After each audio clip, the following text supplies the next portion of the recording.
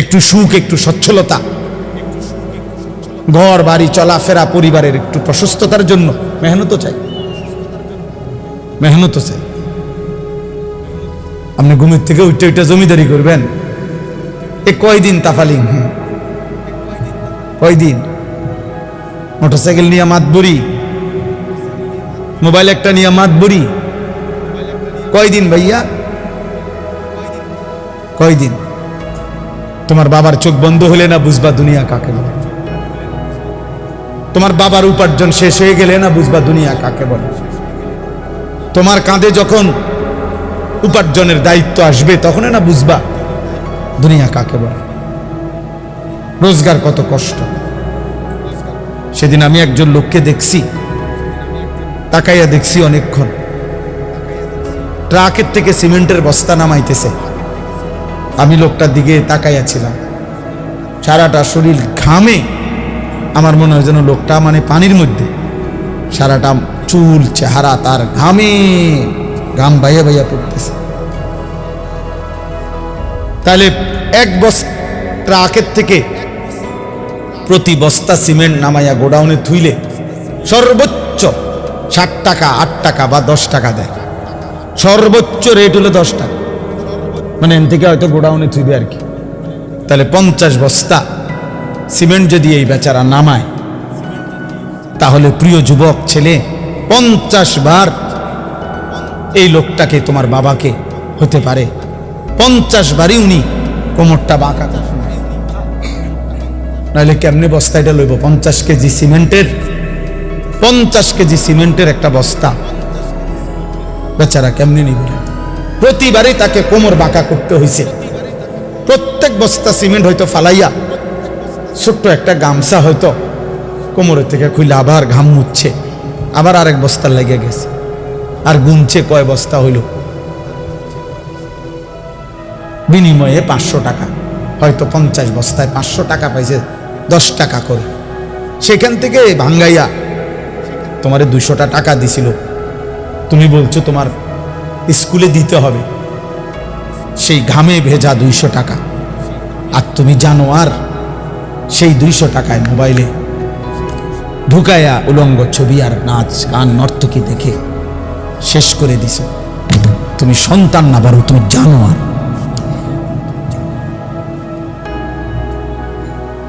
তুমি সন্তান না, তুমি মানুষ না, বরং তুমি কুত্তা। তুমি জানো, তুমি জানো না তোমার বাবার এই 100টা টাকার পিছনে কতগুলো ঘাম ঝরছে, কতগুলো ঘাম ঝরছে।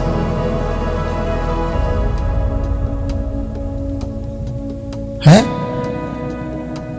আমার আব্বা ছোটবেলায় আমরা দেখছি সারাদিন স্কুল করে আব্বা যখন আসতেন, প্রাইমারি স্কুলে মাস্টারি করতেন, মসজিদে ইমামতি করতেন। আমার আব্বার একটা বা দুটা গেঞ্জি ছিল, গেঞ্জিগুলোর এই পাশে এই পাশে ঘামে ভিজা। তো আমার মনে আছে কোনো সময় গেঞ্জি ধুইতে দিলে আমরা ধুইতাম না, আমি পারতাম না, মানে ঘামের গন্ধে বাবার গেঞ্জি ভিজা থাকতো। সেখান থেকে আব্বা আমার মনে আছে মাস শেষে প্রতি 300 টাকা মাদ্রাসায় পাঠাইছে আমার লেগে। একটা পোস্ট কার্ডে তখন মানি অর্ডার করতে হইতো টাকা, তো মানি অর্ডার করলে একটা ছোট্ট পোস্ট কার্ড আছিল, এটার মধ্যে নাম ঠিকানা লিখতে হইতো, নিচে দিয়া একটু জায়গা ছিল, এখানে নিজস্ব কোনো কথা থাকলে লিখতে হইতো। তো আব্বা লিখতো, আনিস তোমার জন্য 300 টাকা পাঠাইলাম, বাবা টাকা পাইয়া জানাইও। তো আব্বারে জানাইতাম যে বাবা টাকা পাইছে। এই 300 টাকা গুনে গুনে 2 টাকা ডাইলবাজি, 2টা পরোটা, এমনি আমি গুনে গুনে খাইতাম, হিসাব গুনে গুনে। এই জন্য দোস্ত আমার, বন্ধু আমার, আমি বিষয়টা বললাম, মেহনত, যথাযথ পরিশ্রম মানুষকে দুনিয়াতেও ভালো করে, আখিরাতেও ভালো করে। অনেক নওজোয়ান মাশাআল্লাহ, প্রিয় ভাই, আমি অনুরোধ করলাম পরিশ্রমী হও, মেহনতি হও। এমন সুন্দর জীবন, সুস্থতা, এমন সুন্দর যৌবন, এই শুধু শুধু নারী দেখে দেখে না, এটা মিলে যাবে নারী। এই যে মহিলারে তুমি রাত দিন মোবাইলে দেখো, এগুলা পাইবা তো, তোমার একজন বিবি হবে, তোমার একজন স্ত্রী হবে। আর যেটা চাচ্ছ মনে, এটা পূরণ হবে। এই পৃথিবীর লাখ লাখ কোটি কোটি মানুষ স্বামী স্ত্রীর মিলনে, এরপরেই এই মানব প্রজন্ম এখানে আসছে। কাজে এটা তোমারও হবে। এটার জন্য অল্প বয়সে কুত্তার মতো হওয়া, চরিত্রহীন লম্পট, যে রাত দিন নারী দেখে, ছবি দেখে, জিনা ব্যভিচারের দৃশ্য দেখে, এমন নিকৃষ্ট জানোয়ার হওয়ার কোনো দরকার নেই। এটা এমনি মিলবে। বিয়ে শাদী তো স্বাভাবিক বিষয়, স্বামী স্ত্রী, নারী পুরুষের মিলন তো আল্লাহ তাআলার কুদরতি নিজাম। আল্লাহ বলছে আমি এটা ব্যবস্থা করে রাখছি, বলেন যথা সময়ই পৌঁছে যাবে। সময়ের আগে এক লোকমা খাবারও পৌঁছাবে। আমরা কিতাবে পড়ছি, কিতাবের মধ্যে আছে, আমরা পড়ছি যে হে আল্লাহর বান্দা, তোমার লোকমা যদি, তুমি আসো জমিনে, আর তোমার একটি লোকমা যদি পাহাড়ের উপরেও থাকে, তো নিশ্চিত মনে রেখো, ইয়াকিন, পাহাড়ের উপরের ওই লোকমাটাই তোমার মুখে পৌঁছবে। আর আল্লাহর ওলিরা বলেন, যদি হে আল্লাহর বান্দা, তুমি মুখের কাছে দুই ঠোঁটের সামনে নিয়ে আসছো লোকমা, কিন্তু যদি সেটা তোমার ফয়সালাতে না থাকে, খোদার কসম ওই লোকমা তোমার ভিতরে ঢুকবে না। যেটুকু বরাদ্দ, ওইটা যদি পাহাড়েও থাকে, সেখান থেকে নেমে আসবে। যেটা বরাদ্দ না, সেটা কি হবে না, মিলবে না। অতএব আমাদের জীবনের এটা বড় বোঝা উচিত। আমি বেশি আফসোস করি যে ছেলেরা, বাবা কেন বুঝতেছো না যে তুমি তোমারে চিনলা না কেন?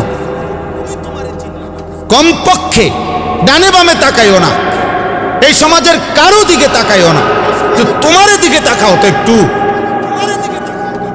যে আমি কি করছি সারাটা দিনে। এটা কি একটা সুস্থ মানুষের কাজ? সারা দিনে আমি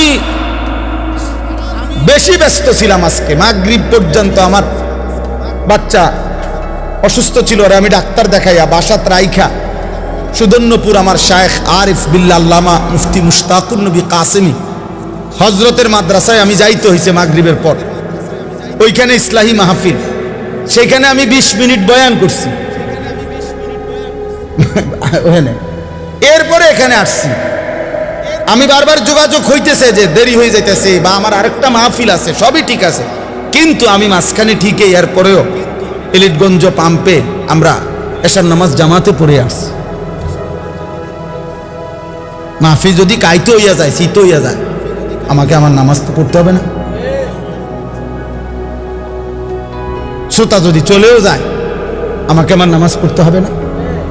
ওই দেখো, ঠিক ওই দেখো, ওই অপদার্থরে দেখো, ঠিক মতো চোখেও দেখে না, কিন্তু মাগার মোবাইলে এমনি, হ্যাঁ চোখের লোকে লাগাই এলাও, এটা গাম দিয়া কষ্টেপ লাগাই দাও, এই যে আছে এখানে কষ্টেপ। হ্যাঁ হ্যাঁ, না না, লজ্জা, লজ্জা হবে কোন দিন? বল কোন দিন হবে বলেন? হায়া হবে কোন দিন? তাইলে শিখবে কোন দিন আমার ছেলেরা?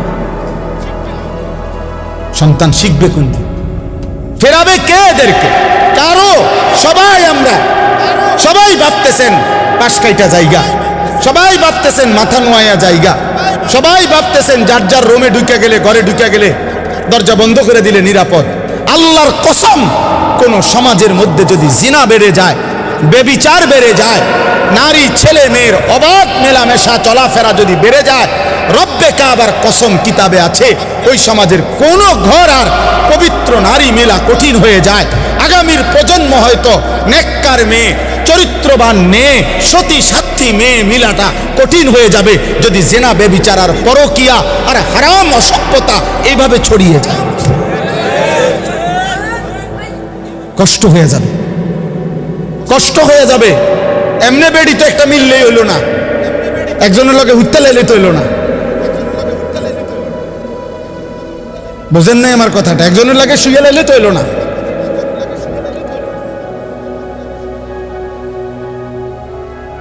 বিবাহ মানে তো একজন মেয়ের সাথে নারীর সাথে শুয়ে লাউন না। বিবাহ একটি সম্পর্ক, বিবাহ একটি ইবাদত। ইবাদত কিনা? কথা বলেন। আল্লাহ কোরআনে বলছে ফানকিহু, তোমরা বিবাহ করো। তো যেটা আল্লাহর হুকুম এটা ইবাদত কিনা? নবীজি সাল্লাল্লাহু আলাইহি সাল্লাম বলছে আন-নিকাহু মিন সুন্নতি, বিবাহ আমি রাসূলের সুন্নাত। তো যেটা নবীর সুন্নাত এটা উৎসব নাকি ইবাদত? এটা ফুর্তি নাকি ইবাদত? নবীর সুন্নত এটা ফুর্তি নাকি ইবাদত? তাহলে বিবাহ কি? ইবাদত। আল্লাহর হুকুম এ কারণেও ইবাদত, নবীর সুন্নাত এ কারণেও ইবাদত। ইবাদত ইবাদত এক। দুই নাম্বার, বিবাহ মানে একটি ছেলে মেয়ের এই সম্পর্ক শুধু উপভোগের সম্পর্ক নয়, বরং এই স্বামী স্ত্রী মানে এখান থেকে কিয়ামত পর্যন্ত একটি প্রজন্ম। আমার দাদা দাদির মিলনে আমার বাবা, মা বাবার মিলনে আমি, আমার স্ত্রীর পরে আমার সন্তান। তাইলে এইভাবে এটা একটা সিরিয়াল, এটা একটা সিরিয়াল। আমার দাদা 5 ওয়াক্ত নামাজ পড়ছেন রমজান মাসে, পুরা রমজানে মসজিদে ছিলেন, শেষ 10 দিন এতেকাফ করছেন। ঈদের চাঁদ উঠছে, ঈদের দিন দাদা সকালবেলা ভোরে মসজিদ থেকে বের হইয়া ঈদের নামাজ পড়া ঘরে আসছে। চাচারে কইছে, ছোট চাচারে যে আমি আমার শ্বশুর বাড়ির যাবো, আমার একটা রিস্কা এনে দে। আমার চাচার নাম হোসেন, মানে হুসাইন। ওই যে হোসেন, আমারে একটা রিস্কা এনে দে ফুত, আমি আমার শ্বশুর বাড়ির যাবো। দাদা বুড়া মানুষ। আমার চাচা বলছে আব্বা আমনে মুরব্বী মানুষ, শেষ বয়স, আপনি অন মাত্র মসজিদটাই অন কি শ্বশুর বাড়ি যাইবেন? আমরা সব সেমাই চিনি রাঁধছি, আপনি খাবেন। দাদা কয় না, আমি জামুই, তুই রিস্কা না আনলে বাদ দে। নাতি মানে আমার চাচার ছেলে ইদ্রিস, ওরে বলছে নাতি তুই আমার হাতে ধর, দাদা জামুই শ্বশুর বাড়ি। এই কথা বলে দাদা একটু সামনে গেছে, মাঝ পথে পাশের গ্রাম, 2 গ্রাম পরে আমার দাদার শ্বশুর বাড়ি ছিল। দাদা মাঝখানেই রাস্তায় কাইত হইয়া পড়ে গেছে। সন্ধ্যাবেলায় আমার দাদা কবরে চলে গেছে, মারা গেছে। আমার দাদা ঠিকই বুঝছে যে আমি শ্বশুর বাড়ি যাব। তাহলে আমার দাদা নেককার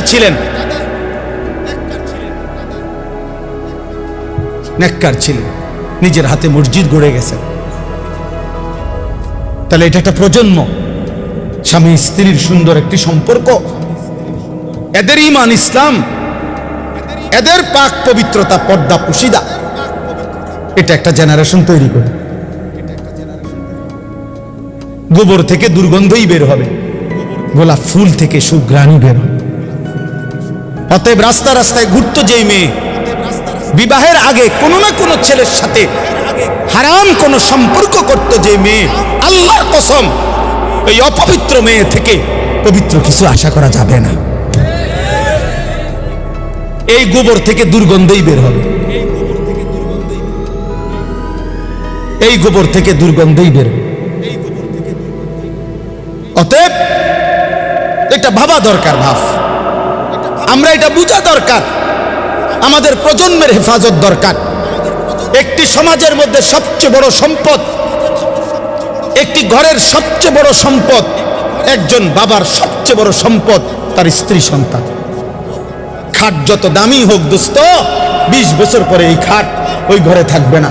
পৃথিবীর সবচেয়ে মজবুত কাঠ দিয়েও যদি সোফা বানায় 5 বছর লাগবে না, এটার বার্নিশ উঠে যাবে 3 বছর 4 বছরের ভিতরে। পরবর্তী 20 বছরের ভিতরে ওই ফার্নিচারের নাম গন্ধ ঘরে পাওয়া যাবে না, কারণ এর পরে আরো বহু লেটেস্ট মডেল পৃথিবীতে আসছে, যার কারণে এটি হালাই দিছে।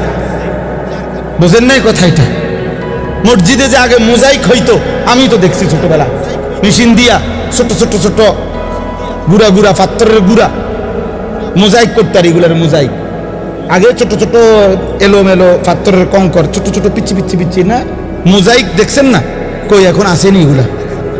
তো মোজাইক ভাঙ্গে টাইলস লাগা, মানে এমন মসজিদ যেখানে আগে মোজাইক ছিল, কয় না এটি ওনার ভাল লাগে না, আরে উড়া টাইলস পুরা মসজিদ টাইলস করো, টাইলস করো, পুরাতন গ্রিল বদলাইয়া SS5 দরজা গ্রিল লাগানো হয় কিনা বলে? তাইলে বাবা বলেন, দুনিয়ার এই আসবাব উপকরণ আমরা যা দুনিয়া সাজাইলাম ঘরের, আল্লাহর কসম এগুলা থাকবে না। আমনে রেখে যাওয়া কাছের ফ্লেট আগামী 10 বছর পরে আর থাকবে না। আপনার রেখে যাওয়া সোফা, ফার্নিচার, খাট, ডাইনিং টেবিল এগুলো থাকবে না। এগুলা বংশধররা ফেলে দিবে, নায়নাতকুররা ফেলে দিবে। কিন্তু আপনি যেই ছেলেটাকে গড়ে গেলেন, আপনি যদি মেয়েটাকে দিন শিখায়া যান, পর্দা শিখায়া যান, ছেলেটাকে আল্লাহর কোরআন শিখায়া যান, খুদার কসম তার প্রতিটা সেজদা মৃত্যু পর্যন্ত ওই বাবা আমার আমল নামার মধ্যে নেকি নিয়ে আসবে, কোনো সন্দেহ নেই। আল্লাহ নবী সাল্লাল্লাহু আলাইহি সাল্লামের হাদিস কত শুনছেন আপনারা।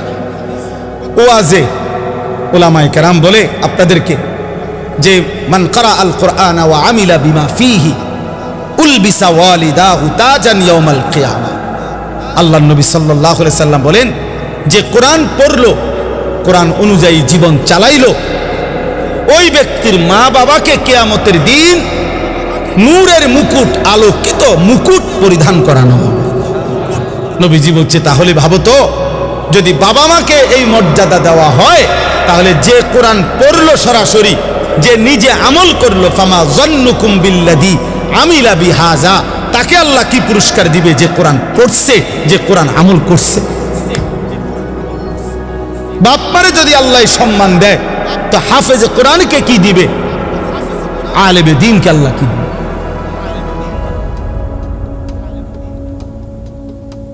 এজন্য প্রিয় ভাই, প্রিয় বাবা, সবাই মিলে গুনাহ ছাড়া।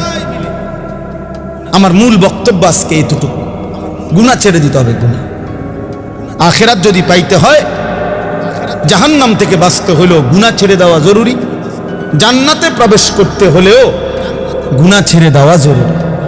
এক মুমিনের ডিউটি দুইটা, একজন মুসলমানের জীবনের 24 ঘন্টা কাজ দুইটা।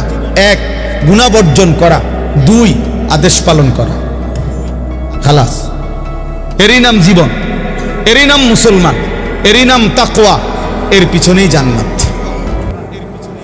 উইদ্দাত লিল মুত্তাকিন, রব্বুল আলামিন বলে জান্নাত বানানোই হয়েছে মুত্তাকিদের জন্য।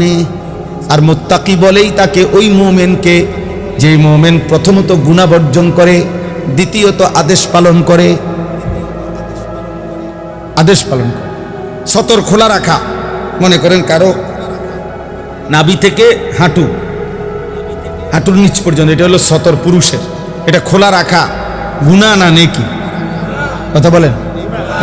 একজন মনে করেন এখন নামাজের ওয়াক্ত, নামাজ আদায় করা, এটা গুনাহ না নেকি? নেকি, বুঝেন নাকি? নামাজ আদায় করা কি নেকি? সতর ঢাকা মানে সতর খোলা রাখা, এটা কি? গুনাহ। এই শরীয়তের মাসআলা হইল যে এক্ষেত্রে কোনটা আগে ফরজ?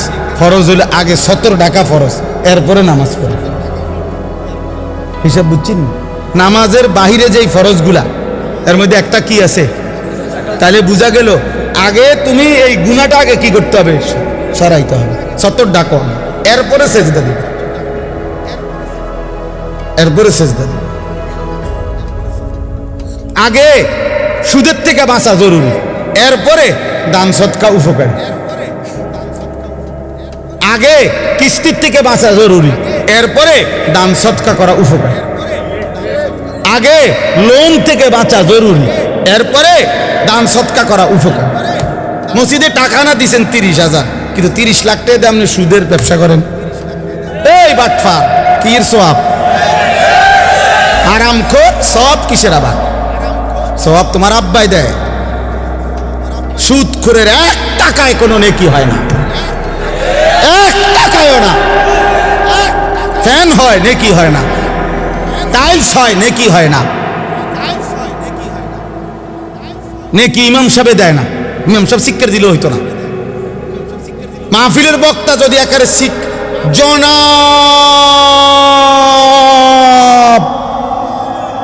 অমুকে অমুক 30,000 মার হাবা, হাবারে মার, যা ফারস মার, তারে টেহা দিল কেন, মার কন্যা। ফেরেশতা বলবে আল্লাহ সুদের টাকা, আল্লাহ বলবে বাদ দাও, ফালাই দাও, টেহা লইয়া লেখেরা, কিন্তু তুমি লেখো না, নেকি লেখো। টাকা নেওয়া যায়, বলে নেয় কেন? হ্যাঁ নেওয়া যায়, এইটাও কথা। আপনি হয়তো বলবেন আরে এর পরে হুজুর আপনারা নেন কা, টাকা নেওয়া যায় কিন্তু নেকি হবে না। এইটাই এখন বুঝাইছিলাম ওই নুরুন নবী ভাইরে, আমার গাড়ির ছিল। এটা জরুরি বিষয়। নেকি হবে না, নেকি হইতে হইলে হালাল হইতে হবে। দুনিয়াবি লেনদেন করা এটা ভিন্ন মাসআলা। আপনি যদি না বুঝেন আপনারা আলেম থেকে বুঝে নিয়ে, কিন্তু বুঝাইতে চাচ্ছি এটা জরুরি মাফ। গুনাহ ছেড়ে দাও। তাহলে আগে জরুরি কি বলেন? আমি কথা শেষ করে ফেলবো এখন। আগে জরুরি কি? দাফউল মুদাররাতি মুকদ্দামুন আলা জালবিল মানফা। আরবি ভাষার গুরুত্বপূর্ণ মূলনীতি এটা, যে আগে ক্ষতি সরাও, এরপরে উপকার আনো। উপকার পরে, আগে কি? কথা বলেন না, ক্ষতি সরাও এইটার। আচ্ছা মনে করেন একটা জানালার গ্রিল, এটার মধ্যে রং দিবে, কি দিবে? এই রং দিতে হইলে মনে করেন এটা পুরান হয়ে গেছে, ঝংকার পড়ে গেছে, এর নিয়ম কি? আগে ঝংকার ফেলতে হবে না আগে রং দিতে হবে? আগে শিরিষ কাগজ দিয়া ঝংকার ফেলতে হবে, এরপরে কি করতে হবে? আগে ক্ষতি সরাও, আগে গুনাহ ছাড়ো, এরপরে সেজদা দাও। এক সেজদা আল্লাহর আরশ ছুঁয়ে যাবে। একবার জমিন থেকে আল্লাহ ডাক দিবা, রবের আরশ কাঁপা উঠবে। শর্ত কি? গুনাহ ছেড়ে দাও, গুনাহ ছেড়ে দাও, গুনাহ ছেড়ে দাও। আরো বাংলা উদাহরণ দেই, আমরা বাঙালি উদাহরণ আছে। কোন ব্যক্তি মনে করেন কারো বাড়ির দরজা গেইটে ভিক্ষার জন্যই মনে করেন হাত পাতছে, এই সময় বাড়িওয়ালার কুকুর, পালা কুকুর খেউ খেউ কইরা দরজার সামনে আইছে, বেড়ারে মানে ধরে লেব দশা। এখন এই লোক কি বলবে? বাড়িওয়ালার আগে কি বলবে? যে কি সরাও, আমার চাল লাগবে না ভাই, আল্লাহ দোহাই, আমার কি লাগবে না, তুই এটা সরা ভাই, এটা সরা। কামড় না দোক, কামড় না দোক, শুধু এইটারে কয় কি ভিক্ষা থাক, কুত্তা সামলাও, চাল লাগবে না, উপকার করণ লাগবে না ভাই, ক্ষতি যাতে না করে, ক্ষতি যাতে না। এই জন্য এক মুমিনের প্রথম ডিউটি, যুবক হোক বৃদ্ধ হোক, আমি হই তুমি হই, আলেম হোক পাবলিক হোক, আপনি মনে রাখবেন এটা। আপনারা অনেক সময় অনেকে আছে বলে আরে কয় তো লম্বা লম্বা, হুজুরের মধ্যে তো দোষের অভাব নাই, বলে কি না বলেন? আমিও তো বলি হুজুরের মধ্যে দোষের অভাব নাই। হুজুররা কি বেহেশতের থেকে নিয়ে আসছে? আমি কি এখন বেহেশতের থেকে আসছি না ক্যান্টনমেন্ট থেকে আসছি? ময়নামতি সাহেবের বাজার আমার বাসা, আমি কোনো বেহেশতের থেকে আসছি? মানে আপনি যদি মনে করেন কোনো হুজুরেরও দোষ আছে, হ্যাঁ হ্যাঁ, তো আপনি আমার জন্য দোয়া করেন। আমরা আপনাদের জন্য দোয়া করি না? কথা বলেন না কেন? তো আপনারা আমার জন্য দোয়া করবেন যে আল্লাহ ওনারও গুনাহ থেকে বাঁচান, ওনারও আল্লাহ আপনি নেক আমলের তৌফিক দেন। আমি আপনার কাছে দোয়া প্রাপ্য না? কথা বলেন না কেন? তো তাইলে অসুবিধা কি? এটা কিন্তু সূক্ষ্ম ধোঁকা, সূক্ষ্ম ধোঁকা। আপনি চোখের সামনে দেখতেছেন আমরা দুইজন, তো এখন আমি পড়ে গেছি পানিতে, তো এরপরে আপনার দায়িত্ব এটা, আর আমি থাইকে লাভ কি? এটাই তো কথা। এটা কোনো বুদ্ধিমান করবে? এটা আমার সাথী আগুনে পুড়ে গেছে, আর আমি আর হুজুরে যাই না আগুনে ফিরে গেছে, তো আর আমি পাবলিক থাকতে কিনবো, আমরাও আগুনে পুড়ে যাই, এটা নিয়ে নিয়ম। তো যদি মনে করেন আমি ভুলে করে ফেলছি, যদি মনে করেন আমি গুনাহ করছি, যদি মনে করেন আমি হারাম করছি, এই বলে কি আপনিও হারাম করবেন? এটা জরুরি। গুনাহ ছেড়ে দেন, এই আজকের মূল বক্তব্য এটা, গুনাহ ছেড়ে দেন। এক মুমিন প্রথম কি ছেড়ে দিতে হবে? গুনাহ ছেড়ে দিতে। বিষয়টা কঠিন হইল, এটা আমাদের আল্লাহর আদেশ, আর আল্লাহর আদেশের উপরে কঠিন না সহজ, পারতেছি না এত কথা বলার কোনো সুযোগ নাই। আপনার যদি মন নাও চায়, আপনার যদি বিবেকে নাও চায়, আপনার যদি কলজাটা ফাইটাও যায়, তারপরেও আপনি আল্লাহর হুকুমের জন্য গুনাহ ছাড়তেই হবে, ছাড়তেই হবে, ছাড়তেই হবে। কার হুকুম এটা? আমার মালিকের। বসে আদেশ করছে, অতএব অনেক সময় অনেক কাজ ভাল লাগতেছে না, তারপরও অধীনস্থ কর্মকর্তা তার বসের আদেশ মন না চাইলেও পালন করতে হবে। আর মন চাইলে তো ভালোই, মন চাইলে তো কি ভালো, এটা জরুরি বিষয়। এজন্য গুনাহ ছেড়ে দাও, গুনাহ ছেড়ে দাও। তাকওয়ার প্রথম অর্থ গুনাহ বর্জন, দ্বিতীয় অর্থ আদেশ পালন। আর আল্লাহ এটাই বলছি, ইয়া আইয়ুহাল্লাযীনা আমানুত্তাকুল্লাহ, ইয়া আইয়ুহাল্লাযীনা আমানুত্তাকুল্লাহ। কোরআনুল কারীমে প্রায় 7 বার এই কথাইটা আল্লাহ বলছে, হে ঈমানদার, ইত্তাকুল্লাহ, ইত্তাকুল্লাহ, ইত্তাকুল্লাহ, ইত্তাকুল্লাহ, ইত্তাকুল্লাহ, ইত্তাকুল্লাহ, ইত্তাকুল্লাহ। হে আল্লাহর বান্দা, হে মুমিন, আল্লাহকে ভয় করো, আল্লাহকে ভয় করো, আল্লাহকে ভয় করো। আর তাফসীরের মধ্যে লিখছে, যদি প্রশ্ন করেন যে হুজুর আল্লাহকে ভয় করা মানে কি, আল্লাহকে ভয় করার প্রথম অর্থ গুনাহ ছেড়ে দেওয়া, দ্বিতীয় অর্থ আদেশগুলো পালন করা। আগে গুনাহ ছেড়ে দাও, আগে গুনাহ ছেড়ে দাও। ওয়াদারু যাহিরাল ইসমি ওয়া বাতিনা, আল্লাহ বলছে প্রকাশ্য গোপন সব গুনাহ ছেড়ে দাও। নবীজি বলছেন, রাসূলুল্লাহ সাল্লাল্লাহু আলাইহি ওয়াসাল্লাম বলছেন, ইয়াকুম ওয়াল কাযিব, মিথ্যা বলা ছেড়ে দাও।